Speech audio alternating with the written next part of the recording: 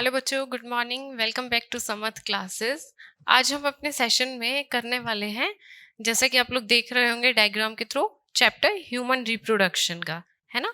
और इस human reproduction में हम स्टार्ट करेंगे रिप्रोडक्टिव सिस्टम से, रिप्रोडक्टिव सिस्टम मेल का और रिप्रोडक्टिव सिस्टम फीमेल का। ठीक है, तो चलिए स्टार्ट करते हैं। Just hold for 1 second. चलिए। तो यहाँ आपको एक डायग्राम दिख रहा होगा, एक 3D डायग्राम दिख रहा होगा, जिसमें क्या हुआ है कि यहाँ पे पूरा मेल जो रिप्रोडक्टिव सिस्टम है उसका ये डायग्राम दिया हुआ है। किसका डायग्राम है ये पूरा? ये जो पूरा डायग्राम है बेटा, ये दिया हुआ है मेल रिप्रोडक्टिव सिस्टम। ये मेल रिप्रोडक्टिव सिस्टम का डायग्राम है बच्चा, और इसमें आपके सारे primary sex organs, secondary sex organs सब कुछ दिखाए गए हैं, है ना। और आगे हम इसमें पूरा स्ट्रक्चर को अब धीरे धीरे करके पढ़ेंगे। तो सबसे पहली बात है, रिप्रोडक्टिव सिस्टम होता क्या है ना। तो बच्चा देखिए, रिप्रोडक्टिव सिस्टम वो सिस्टम होता है जो रिप्रोडक्शन करने में किसी भी मेल को या किसी भी फीमेल को हेल्प करे। If it is helping a female to reproduce, then it is female reproductive system, and if helping a male, then it is male reproductive system. तो हम यहाँ सबसे पहले बात कर रहे हैं मेल रिप्रोडक्टिव सिस्टम की।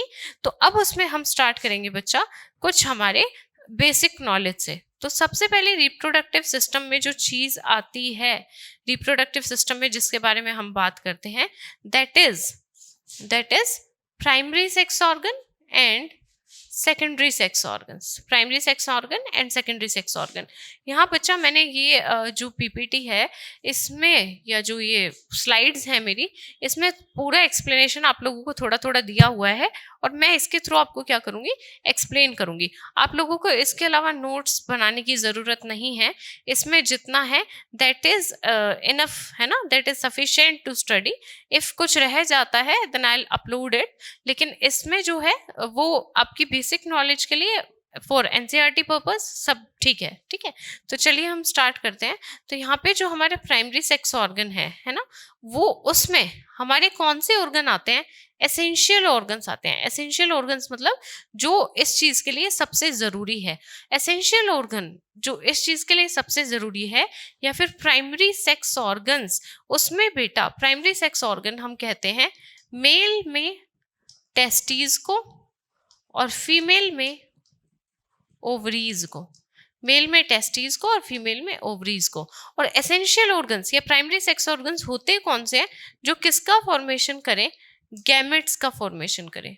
गैमेट्स आप लोगों को पता है, गैमेट्स वो स्पेशल सेल है जो फ्यूज करके किसकी फॉर्मेशन करती है?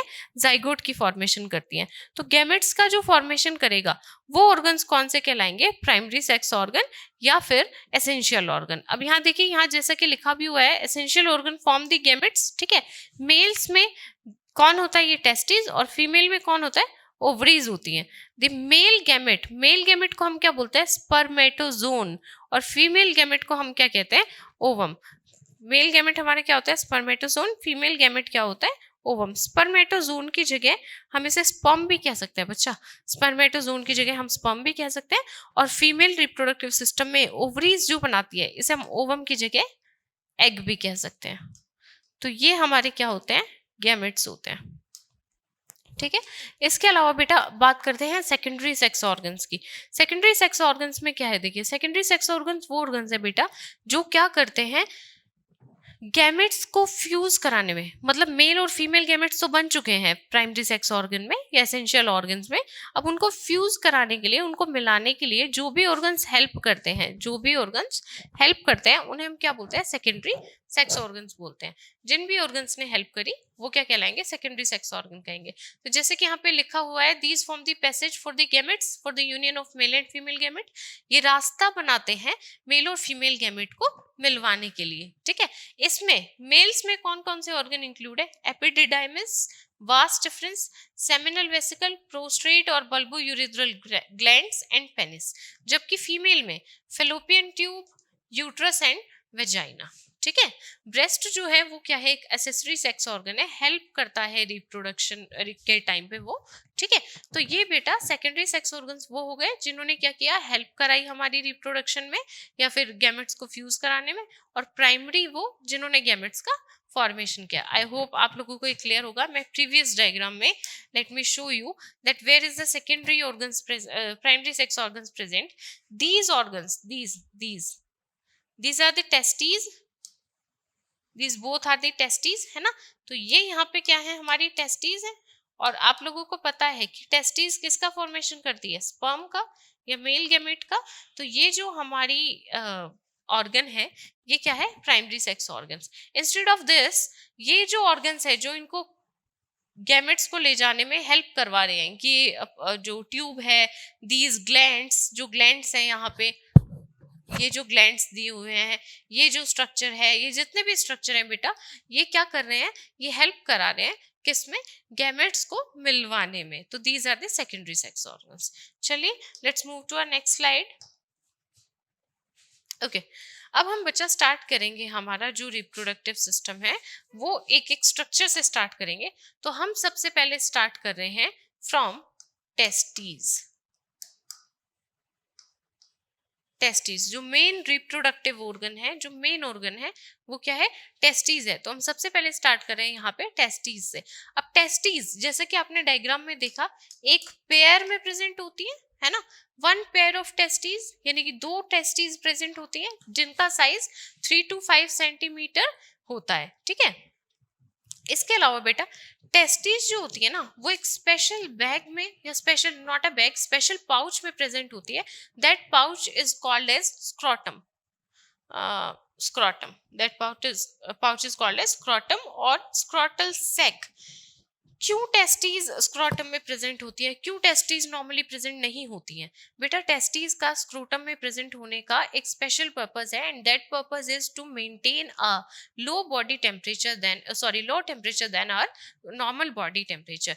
टेस्टीज में फॉर्मेशन ऑफ स्पर्म के लिए it requires a low body temperature, कम टेम्परेचर की जरूरत होती है उसको देन नॉर्मल हमारा 37 डिग्री सेल्सियस होता है। It needs 2 to 3 degree Celsius difference for the formation of sperm, है ना।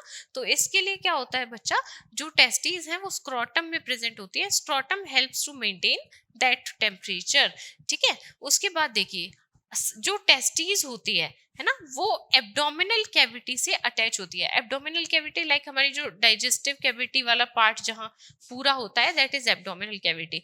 तो जो टेस्टीज हैं हमारी एब्डोमिनल कैविटी से अटैच होती है through a spermatic cord, through a spermatic cord. तो स्पर्मेटिक कोड क्या है, that is attaching testes with the abdominal cavity, ठीक है। और ये जो स्पर्मेटिक कोड है ये इलास्टिन फाइबर्स की बनी होगी। बेटा फाइबर्स आपने पहले भी सुना होगा, इलास्टिन फाइबर्स, कोलेजन फाइबर्स, है ना। तो ये उन्हीं की बनी होती है, इलास्टिन फाइबर्स की। उसके बाद एम्ब्रियोनिक स्टेज, बच्चा जब एम्ब्रियोनिक स्टेज में होता है, मतलब उस फीटस की तरह होता है, एम्ब्रियो में होता है, तो उस टाइम पे बेटा क्या होता है, टेस्टीज जो है ना वो एब्डोमिनल कैविटी में डेवलप होती हैं, एब्डोमिनल कैविटी में डेवलप होती हैं। पहले टेस्टीज एम्ब्रियो के टाइम पे कहाँ पे थी, एब्डोमिनल कैविटी में थी। और जैसे ही बर्थ हुआ बच्चा, जैसे ही बच्चे ने जन्म लिया, है ना, तो बर्थ के टाइम पे जो टेस्टीज हैं वो कहाँ चली जाती हैं, स्क्रोटम में चली जाती हैं। बर्थ से पहले टेस्टीज कहाँ थी, एब्डोमिनल कैविटी में थी, और बर्थ के टाइम पे जो टेस्टीज है वो कहाँ चली जाती है, स्क्रोटम में चली जाती है, ठीक है। अगर टेस्टीज इन केस, अगर टेस्टीज स्क्रोटम में नहीं जा पाई, किस टाइम पे, बर्थ के टाइम पे, so that condition is called as undescended testes और क्रिप्टोर्किडिज्म। क्या कहते हैं उसे, क्रिप्टोर्किज्म कहते हैं या फिर अनडिसेंडेड टेस्टीज कहते हैं। कब, जब टेस्टीज बर्थ के टाइम पे स्क्रोटम में लैंड नहीं हो पाती है, वो एब्डोमिनल कैविटी में ही रह जाती हैं, ठीक है। There is a one more term, castration. Castration क्या होता है बच्चा, जो बुल्स होती है, बुल्स को ब्लॉक में कन्वर्ट करने के लिए उनकी टेस्टीज को क्रश किया जाता है, उनकी टेस्टीज को क्रश कर दिया जाता है, ताकि जो टेस्टोस्टेरोन है उसमें क्या आ जाए, उसके लेवल में कमी आ जाए। टेस्टीज टेस्टोस्टेरोन बनाती है, मेल हार्मोन बनाती है, अगर वही नहीं होंगी तो उसमें क्या आ जाएगी, प्रॉब्लम आ जाएगी। प्रॉब्लम होगी तो that convert a bull into bullock, तो उसमें टेस्टीज को क्रश कर दिया जाता है, ठीक है। बहुत सारे ऑर्गेनिजम्स में पहले तो बेटा ये बुल और बुलॉक में सॉरी बुल्स में किया जाता था ये, लेकिन अभी बहुत सारे ऑर्गेनिजम्स में कैस्ट्रेशन का प्रोसेस किया जाने वाला है। If it organism is spreading quickly it's breed, है ना, तो अगर वो ज्यादा तेजी से अपना रिप्रोडक्शन कर रहा है, कुछ इन्वायरमेंट को प्रॉब्लम हो रही है उससे, तो जानबूझ के भी गवर्नमेंट सर्विसेज क्या करा देती है, कैस्ट्रेशन का प्रोसेस करा देती है, सो दैट द ऑर्गेनिज्म और the animal can not reproduce. ठीक है, बेटर अंडरस्टैंड दैट। चलिए अब अपनी नेक्स्ट स्लाइड पे मूव करते हैं। नेक्स्ट स्लाइड पे जाने से पहले मैं यहाँ आपको टेस्टिस का स्ट्रक्चर दिखा देती हूँ एक बार। ये पूरा बेटा टेस्टिस का स्ट्रक्चर है, this is a single testis. और यहाँ से मैं एक बार पीछे भी लेकर जाऊंगी। ये मैंने आपको दिखाया था, ये जो पाउच है ना पूरा, this pouch is scrotum. Green one जो मैंने लिखा है, दिस इज स्क्रोटम। और जो इसके अंदर ये प्रेजेंट है, the yellow one Oval egg like, this is testis. ठीक है, तो यहाँ से आप लोगों को दिख रहा होगा दोनों साइड स्क्रोटम प्रेजेंट है, दोनों साइड टेस्टिस प्रेजेंट है। उसके बाद जब हम आगे मूव करते हैं तो ये हमारे पास है एक टेस्टिस का स्ट्रक्चर। अब टेस्टिस के स्ट्रक्चर को समझना आप लोगों के लिए बहुत जरूरी है। उससे पहले मैं एक बार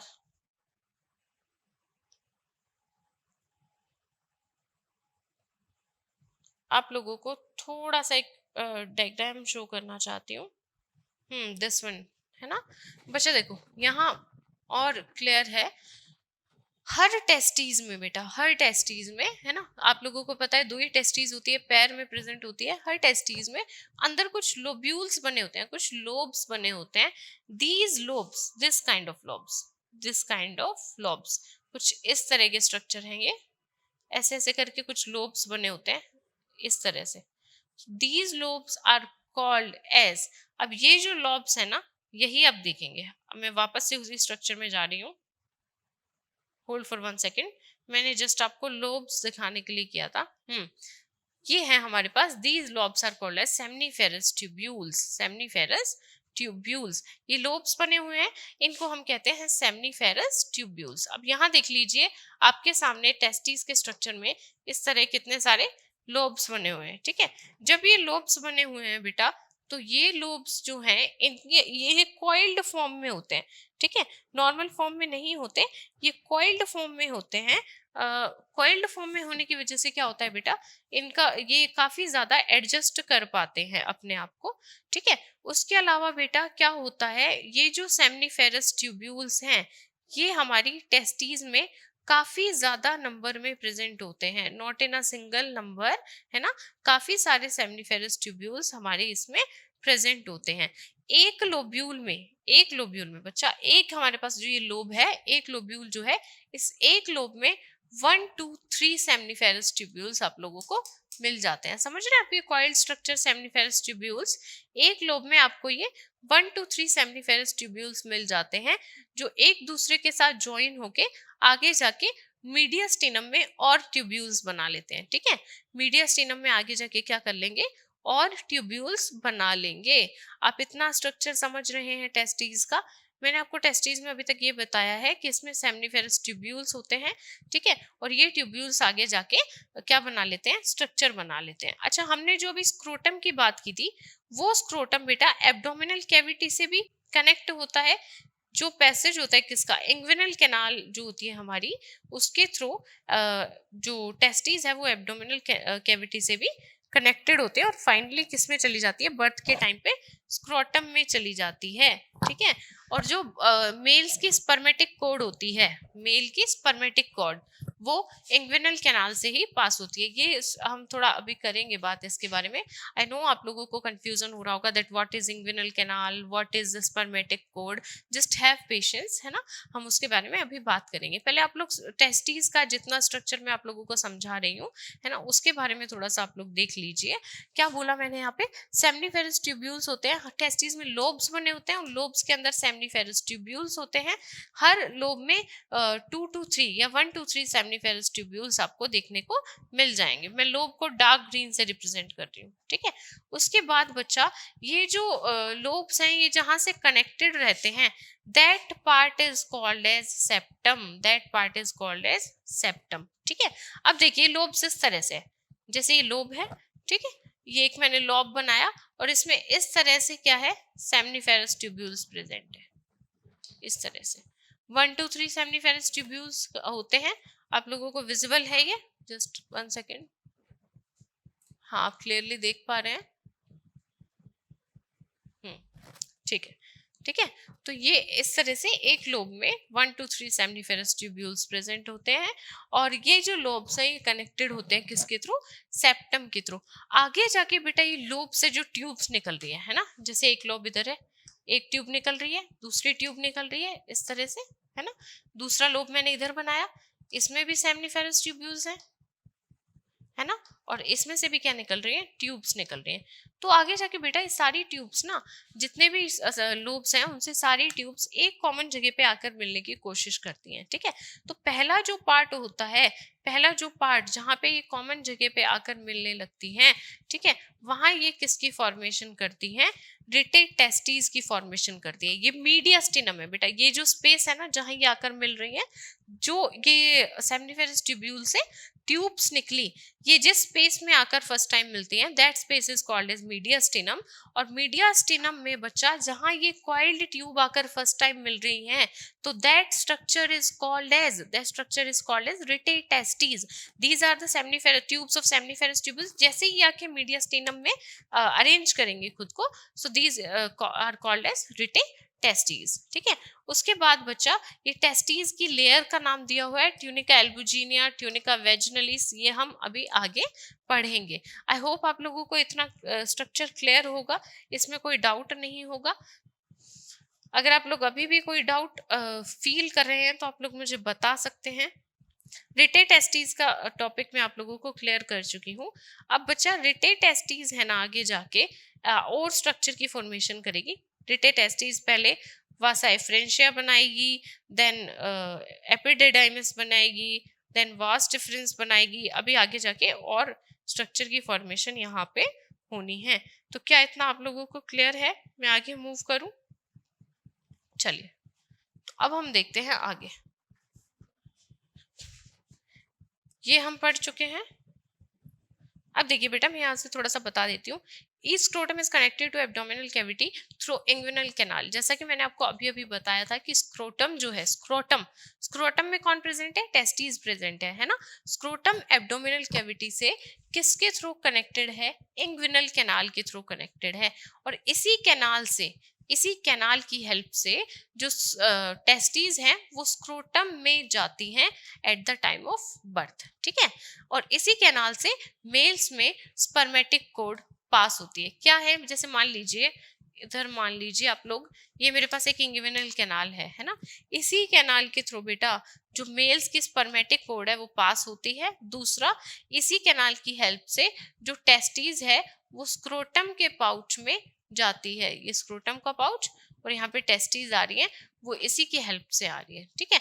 कभी कभी इंग्विनल कैनाल जब क्या हो जाए, उसमें कुछ प्रॉब्लम हो जाए, ठीक है, और या फिर वो ठीक से काम ना करे, और जो इंटेस्टाइनल पार्ट है जो वहाँ पे, उससे वो ठीक से कनेक्टेड ना हो, या उसमें कुछ भी प्रॉब्लम हो जाए, तो वहाँ हम उसे कहते हैं इंग्विनल हर्निया। इंग्विनल हर्निया क्या होता है, जहाँ इंग्विनल कैनाल में प्रॉब्लम हो गई है।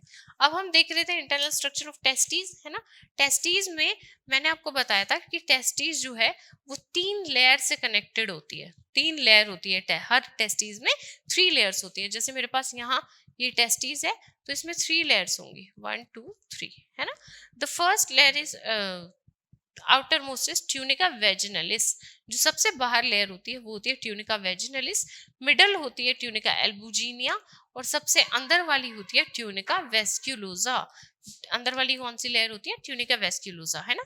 जैसे मैंने बोल दिया आपको 3 लेयर है, first, second and third. Tunica, these 3 are tunica, ठीक है। सबसे पहले जो सबसे बाहर प्रेजेंट होगी वो ट्यूनिका वेजिनलिस, उसके बाद tunica albuginea and the tunica vasculosa, ठीक है। अब हर लोब में 1 से 3 सेमनीफेरस ट्यूब्यूल होते हैं, ठीक है। जो मैंने आपको बताया, लोब के बेस पे आके, है ना, मीडियास्टिनम वाले स्पेस में आके जुड़ते हैं और क्या बना लेते हैं, रिटेटेस्टीज बना लेते हैं। रिटेटेस्टीज बेटा आगे जाके, रिटेटेस्टीज आगे जाके जैसे पूरा कॉइल्ड हो गई है रिटेटेस्टीज, एक बार मुझे फिर से पीछे डायग्राम में जाना पड़ेगा। ये हमारी रिटेट टेस्टिस है। अभी आगे जाके फिर से एक कॉइल्ड स्ट्रक्चर की फॉर्मेशन कर रही है। यहाँ आप लोग देख रहे होंगे रिटेट टेस्टिस आगे जाके कॉइल्ड स्ट्रक्चर की वो कर रही है, फॉर्मेशन कर रही है, जो कि लगभग 10 से 20 होते हैं, है ना। और उन डक्ट्स को हम कहते हैं वासा एफरेंशिया या फिर डक्टिवली एफरेंटिस, है ना। वासा एफरेंशिया हम उसे कॉमनली कहते हैं। ये डक्ट्स जो है वो टेस्टिस के ऊपर वाले सरफेस से बाहर आएंगी कॉइल्ड फॉर्म में, है ना। और उस कॉइल्ड फॉर्म को हम कहेंगे एपिडिडाइमिस। फिर से डायग्राम में जा रही हूँ बेटा, आप लोगों को अगर कोई प्रॉब्लम हो मैं एक बार फिर से पूरा रिपीट कर रही हूँ। ये टेस्टिस में एक लोब है। Let me erase this once. I think this is getting complicated. Let me explain you again. Okay. Now here we have lobes or lobules in testes. ठीक है, इस तरह से हमारी टेस्टिस में लोब्स हैं और इन लोब्स में 1 से 3 कौन प्रेजेंट है? सेमनीफेरस ट्यूब्यूल्स प्रेजेंट है। अब ये सेमनीफेरस ट्यूब्यूल्स के पाइप जैसे ही बाहर आएंगे, इनके पाइप जैसे ही बाहर आएंगे तो ये यहाँ आके एक स्ट्रक्चर का इस स्पेस में आके, ये स्पेस देख रहे हैं आप, लोब्स के बीच में जो स्पेस है, इस स्पेस में आके ये एक स्ट्रक्चर का फॉर्मेशन करते हैं विच इज रिटेटेस्टिस। अब ये रिटेटेस्टिस जैसे ही सरफेस से इसके यहाँ के सरफेस से बाहर आएगा कॉइल्ड फॉर्म में, तो वो एक स्ट्रक्चर की फॉर्मेशन करेगा जिस स्ट्रक्चर को हम बोलेंगे क्या बोलते हैं? वासा एफरेंशिया। और जो कितना होता है नंबर में? 10 to 20 होता है। या फिर डक्टिवली एफरेंटिस। पहले कौन बनेगा? वासा एफरेंशिया या फिर डक्टिवली एफरेंटिस। और ये अभी तक टेस्टिस के अंदर ही था, ठीक है। जब ये स्ट्रक्चर, ये ट्यूब्स टेस्टिस के डोर्सल सरफेस से बाहर निकलेंगी, टेस्टिस के डोर्सल सरफेस से बाहर निकलेंगी ये ट्यूब्स, तो उसे हम कहेंगे एपिडिडाइमिस और डक्टस एपिडिडाइमिस, ठीक है। यहाँ पे इस एपिडिडाइमिस में जो स्पर्म है उनका मैच्योरेशन का प्रोसेस होता है, ठीक है। एक टेस्टिस में लगभग 1000 के लगभग क्या होते हैं? सेमनीफेरस ट्यूब्यूल्स प्रेजेंट होते हैं, ठीक है। और अलग अलग लोब्यूल्स प्रेजेंट होते हैं। अब उसके बाद इसके 3 पार्ट हैं। किसके? ये लोब्यूल्स के डक्ट्स जो हैं इनके 3 पार्ट्स हैं। हम आगे देखते हैं। इतना आपको समझ आ गया बच्चा? मैंने ये बोला कि सबसे पहले सेमनीफेरस, सबसे पहले लोब्यूल, है ना। मैं यहाँ एक सीक्वेंस लिख रही हूँ, ठीक है। सबसे पहले हमारे पास क्या आया था? लोब्यूल। लोब्यूल में कौन थे? सेमनीफेरस ट्यूब्यूल्स, जो लगभग 1000 थे। सेमनीफेरस ट्यूब्यूल्स के जो पाइप आए उन्होंने एक स्ट्रक्चर बनाया, ठीक है। That structure is called as क्या कहा था हमने उस सेमनीफेरस ट्यूब्यूल्स के स्ट्रक्चर को? रिटेटेस्टिस, जो उसने मीडियास्टिनम वाले स्पेस में आकर बनाया था। रिटेटेस्टिस के बाद उसने कौन सा स्ट्रक्चर बनाया? वासा एफरेंशिया, जो अभी तक टेस्टिस के अंदर ही था। फिर जब वो टेस्टिस के सरफेस से बाहर आई तो उसने किसकी फॉर्मेशन की? एपिडिडाइमिस की फॉर्मेशन की। यहाँ तक हमने अपना स्ट्रक्चर पढ़ लिया है, ठीक है। एपिडिडाइमिस के भी बेटा 2 पार्ट होते हैं। एक होता है कॉडा एपिडिडाइमिस, एक कैपुट एपिडिडाइमिस, जो सिर्फ डिपेंड करता है किस पे? उसकी पोजीशन पे। ऊपर का पार्ट कैपुट एपिडिडाइमिस कहलाएगा, नीचे वाला कॉडा एपिडिडाइमिस कहलाएगा, ठीक है। तो यहाँ तक का स्ट्रक्चर आपको क्लियर होगा। और जब एपिडिडाइमिस से फाइनल स्ट्रक्चर निकलता है, एक फाइनल जो एक ट्यूब बाहर निकलती है टेस्टिस से, that is vas difference, that is vas deferens, ठीक है। तो यहाँ पे बेटा अब देखिए, यहाँ मैं बताती हूँ आपको फिर से फर्स्ट स्ट्रक्चर में ले जाकर। वेट, ये था हमारे पास कौन सा? ये था रिटेटेस्टिस, ये वासा एफरेंशिया, ये हमारे पास आ गई एपिडिडाइमिस, और ये जो फाइनल स्ट्रक्चर निकल रहा है दैट इज वास डिफरेंस। अब मैं एक बार वापस से पहले वाले स्ट्रक्चर में जाना चाहूंगी। तो यहाँ देखिए बेटा, यहाँ देखिए, ये टेस्टिस है ना। अभी एपिडिडाइमिस तक का स्ट्रक्चर यहाँ आप लोगों को दिख रहा होगा। एक सेकेंड, यहाँ देखिए आप लोग, ये दिख रहा है आपको? ये वाला पार्ट है ना, थोड़ा सा अलग कलर में। दैट इज एपिडिडाइमिस, है ना, जो कि टेस्टिस से बाहर निकल चुका है। और जब फाइनल इससे भी एक कॉमन डक्ट बाहर निकलेगी, ये वाली डक्ट, दिस डक्ट, दिस वाली डक्ट है ना, दिस वाली डक्ट इज वास डिफरेंस, वास डिफरेंस, ठीक है, जो फाइनली जाके वास डिफरेंस अब आगे मूव करेगी, ठीक है। कुछ ग्लैंड्स इससे जुड़े होंगे, ठीक है, मेल रिप्रोडक्टिव सिस्टम के कुछ ग्लैंड्स जुड़ेंगे इसमें, जो एपिडिडाइमिस वाले पार्ट से इसमें स्पर्म का मैच्योरेशन होगा। स्पर्म के मैच्योरेशन के बाद ये आगे जाके क्या करेगी, एक फाइनल स्ट्रक्चर में प्रोड्यूस करेगी, that is called as penis. इस स्ट्रक्चर को हम क्या कहेंगे, पेनिस कहेंगे। Penis is the copulatory organ. Penis क्या है, कॉप्युलेटरी ऑर्गन है जो फीमेल रिप्रोडक्टिव सिस्टम में मेल गैमेट को ट्रांसफर करने में हेल्प करता है, यानी कि स्पर्म को ट्रांसफर करने में हेल्प करता है फीमेल रिप्रोडक्टिव सिस्टम में थ्रू वेजाइना, ठीक है। अब देखिए यहाँ मैंने आपको बताया जो फाइनल ऑर्गन निकलता है that organ is called as penis. Penis का जो टर्मिनल पार्ट होता है बेटा, पेनिस का जो टर्मिनल पार्ट होता है उसे हम कहते हैं ग्लैंस पेनिस, है ना। टर्मिनल पार्ट को कहा जाएगा glans penis which is covered by a skin, ठीक है। पेनिस का एक ये पेनिस है, पेनिस का ये जो टर्मिनल पार्ट है दैट इज ग्लैंस पेनिस और this is covered by a skin, movable skin. इस स्किन को हम कहते हैं प्रीप्यूस और फोर स्किन, प्रीप्यूस और फोर स्किन। उसके बाद जो है प्रीप्यूस जो है बेटा वो एक इलास्टिक कोड की हेल्प से, इलास्टिक कोड की हेल्प से बेस पे अटैच होती है और उस इलास्टिक कोड को हम क्या कहते हैं, फ्रीन्यूलम प्रीप्यूस, फ्रीन्यूलम प्रीप्यूस। ह्यूमन पेनिस में बोन नहीं होती है लेकिन कुछ एनिमल्स में बोन प्रेजेंट होती है, ठीक है, उसे हम कहते हैं बैक्यूलम। क्या कहा जाता है उसे, बैक्यूलम कहा जाता है। और ऐसे पेनिस को नाम दिया जाता है ओस पेनिस, जैसे कि वेल में, बैट में एटसेट्रा, ठीक है। अच्छा, पेनिस की जो टिप होती है बेटा ये मैंने आपको बता दिया, जो बाहर निकल रही होती है एक एक्सटेंडेड पार्ट होता है terminal part that is glans penis, है ना। अच्छा, अब उसके बाद बात करते हैं बेटा बॉडी ऑफ पेनिस।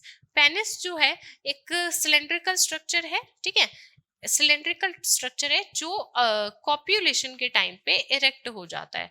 जब उसे फीमेल गैमेट बॉडी में, फीमेल की बॉडी में मेल गैमेट को ट्रांसफर करना होता है तो इरेक्शन का प्रोसेस उसमें हो जाता है, ठीक है। और उसके अंदर काफी सारे चेंजेस होते हैं, काफी सारे पार्ट आते हैं, ठीक है। अब यहाँ पे दो चीजें दी हुई हैं बेटा, दो टिश्यूज दिए हुए हैं, एक corpora cavernosa and corpus spongiosum, ठीक है, जो पेनिस के एंड पे और प्रेजेंट होते हैं और उसको टर्मिनेट करने में हेल्प करते हैं, मतलब ग्लैंस पेनिस वाले पार्ट पे प्रेजेंट होते हैं, ठीक है। चलिए उसके बाद बच्चा हम देखते हैं,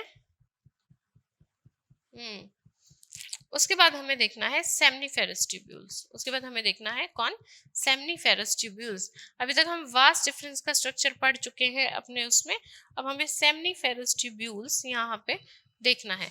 अब सेमनीफेरस ट्यूब्यूल्स में देखिए बेटा क्या होता है, जो बाहर का सेमनीफेरस ट्यूब्यूल्स का आउटर सरफेस होता है वो एक कनेक्टिव टिश्यू से बना होता है जिसे हम कहते हैं ट्यूनिका, ट्यूनिका प्रोप्रिया।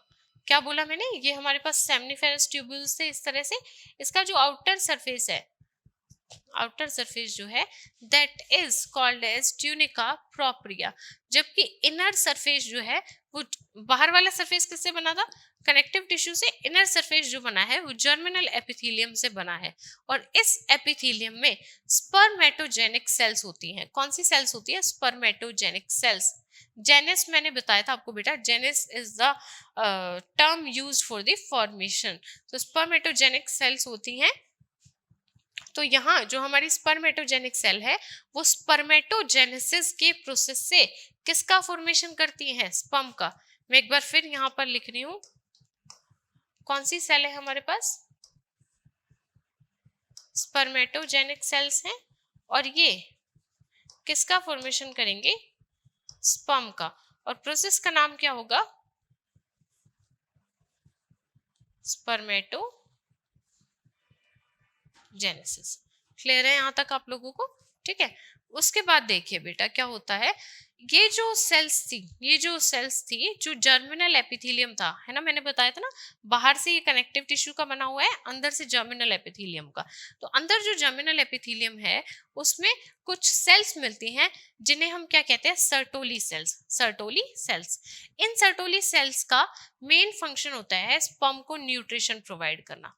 मतलब उसके न्यूट्रिशन में कोई कमी ना आए, उसकी हेल्थ सही रहे, ताकि प्रॉपर स्पर्म का फॉर्मेशन हो सके। तो स्पर्म के खाने पीने का ध्यान रखने का जो जिम्मेदारी उठाई हुई है वो किसने उठाई है? सर्टोली सेल्स ने, ठीक है। और इन सर्टोली सेल्स को हम सब टेंटिकुलर या फिर नर्स सेल भी कहते हैं, है ना। मैमल्स में प्रेजेंट होती है नर्स सेल। नर्स सेल क्यों कहते हैं? Nurse word is used to take care, है ना।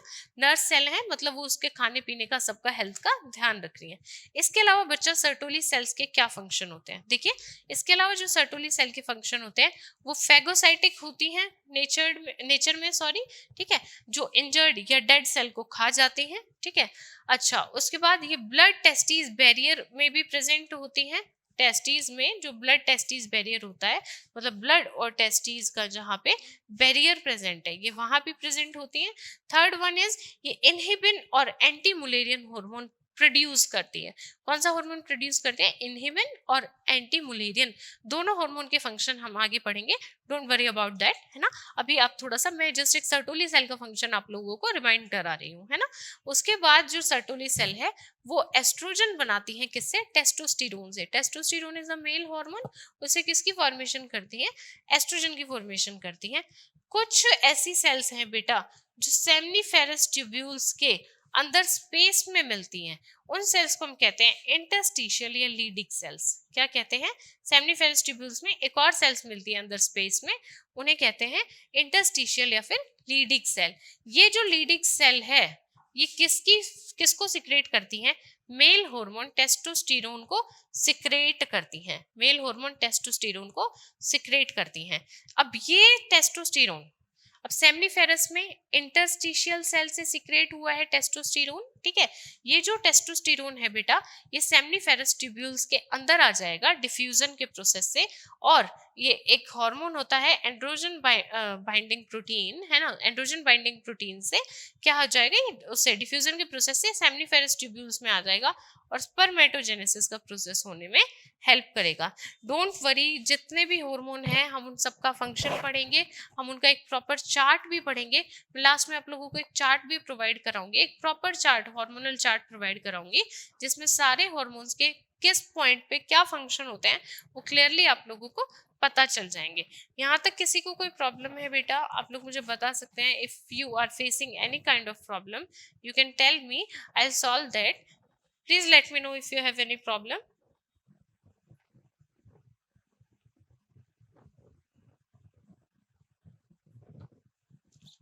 यहाँ देखिए एक डायग्राम मैं आपको दिखाना चाहूंगी, है ना। ये पूरा टेस्टीज का डायग्राम दिया हुआ है। ये देखिए सेमनीफेरस ट्यूब्यूल्स, रिटे टेस्टीज, है ना। उसके बाद वास डिफरेंस, एपिडिडाइमिस, है ना, and sorry vasa efferentia, epididymis, and this is vas deferens. The final duct is vas deferens, है ना। यहाँ भी ये दिया हुआ है, ये हमारे पास यूरिनरी ब्लैडर है, ठीक है। ये हमारी प्यूबिक बोन है। उसके बाद ये देखिए हमारा जो सेमिनल वेसिकल है दिया हुआ है, ये सेमिनल वेसिकल एक ग्लैंड है। यहाँ हमारी इजेक्यूलेटरी डक्ट दी हुई है।